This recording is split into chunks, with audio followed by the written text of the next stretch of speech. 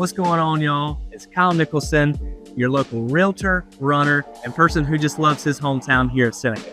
Have you ever wondered who runs the city day to day? Like, who makes sure that the lights get turned on? Who makes sure that potholes get filled? Who makes sure that everything is running smoothly? Well, I've got a special treat for you. We're going to sit down with Mr. Scott Moulder, the city administrator here in Seneca. Come with me. Scott, thanks so much for sitting down with me today.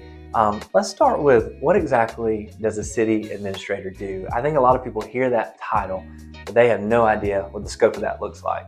Well, I'm going to give you a weird answer, right? I'm going to tell you I'm a firefighter. Okay. So people ask me all the time, what do you do on a daily basis? Well, I'm a firefighter. And they say, well, no, you're not. And I say, well, kind of. I put out fires all day, right? So it's just always kind of a fun way to introduce it is, every day's different. Sure. When you're in public service and you're responsible for the lives and of all of your citizenry, every day is going to be different. City administrators, we wear a lot of different hats. We've got to deal with the public.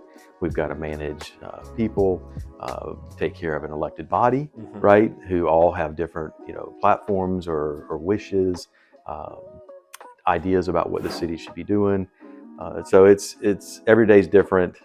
It's kind of my job to be the inspiration, the motivator, the director of the operations. It really is a career that I've enjoyed for a long time. And again, it's every day I wake up, I don't know what my day is going to be. That's neat. So basically, you're like the city's CEO, but with way more meetings and not many coffee breaks. Yeah, right. I have to drink a lot of coffee just to survive. But so to put it into a real world application, I'm the CEO of a company. Okay. And, I've got a board of directors, which is my mayor and council. Okay. They're interested in votes versus profit. Yes. Right. So if you equate it to a board of directors, their bottom line is what's important. For my board of directors, my mayor and council, votes are their bottom line. They need to look good and they need to be liked so that they can stay in office. And then I manage the operations. They set the policies and procedures, they set the goals and directives, and it's my job to figure out how to get there. Figuring out a map, right? So the mayor and council will tell me, well, we want to go to such and such place. It's my job to figure out the best route to get there. What's the most, least expensive way to get there? What's the best form of transportation to get there? How soon can we get there? What are we going to do on the way? Do we need to stop? Where do we need to get gas? It's my job to figure out the direction and how to best get them there to that location. But they tell me where they want to go. And our mayor and council are really good at that. It's been one of the best groups I've ever worked with. Good. They're very clear in what they want.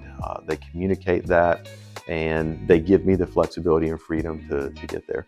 It was funny when they hired me. I told them, I said, "Okay, guys, there's something you need to know about me before you hire me." Like, what's that?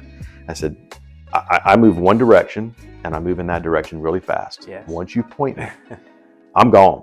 We're going to get there. I said, but if I get out in front of you, if I start moving too fast, just pull on my leash a little bit and I'll slow down. But yeah, so it's just, basic management of a business. Yeah. And instead of selling a widget, we provide a service. And I tell that to my staff all the time is, we are a monopoly. Our citizenry cannot go and choose between a Coke or a Pepsi. They have one level of service and one organization that they can actually get a quality of life from. We need to respect that. Yes. and honor that. They don't have a choice. That means it's more important for us to provide the best level of service we can because our citizenry has no other choice.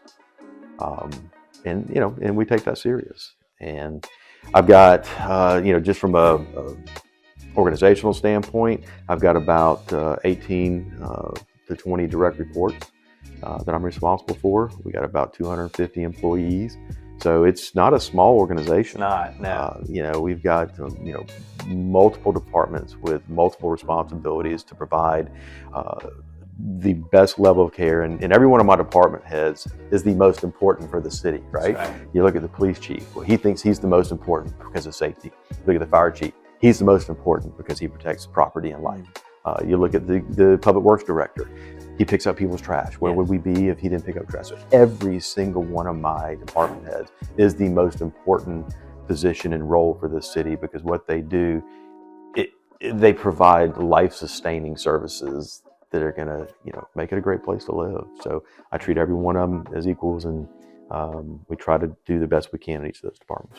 That was a great breakdown of what Scott gets to do on the day-to-day as Seneca's City Administrator. If you like this video at all, be sure to like, subscribe, and comment, and stay tuned for the next video. We're going to jump into how Seneca has grown and changed in recent years.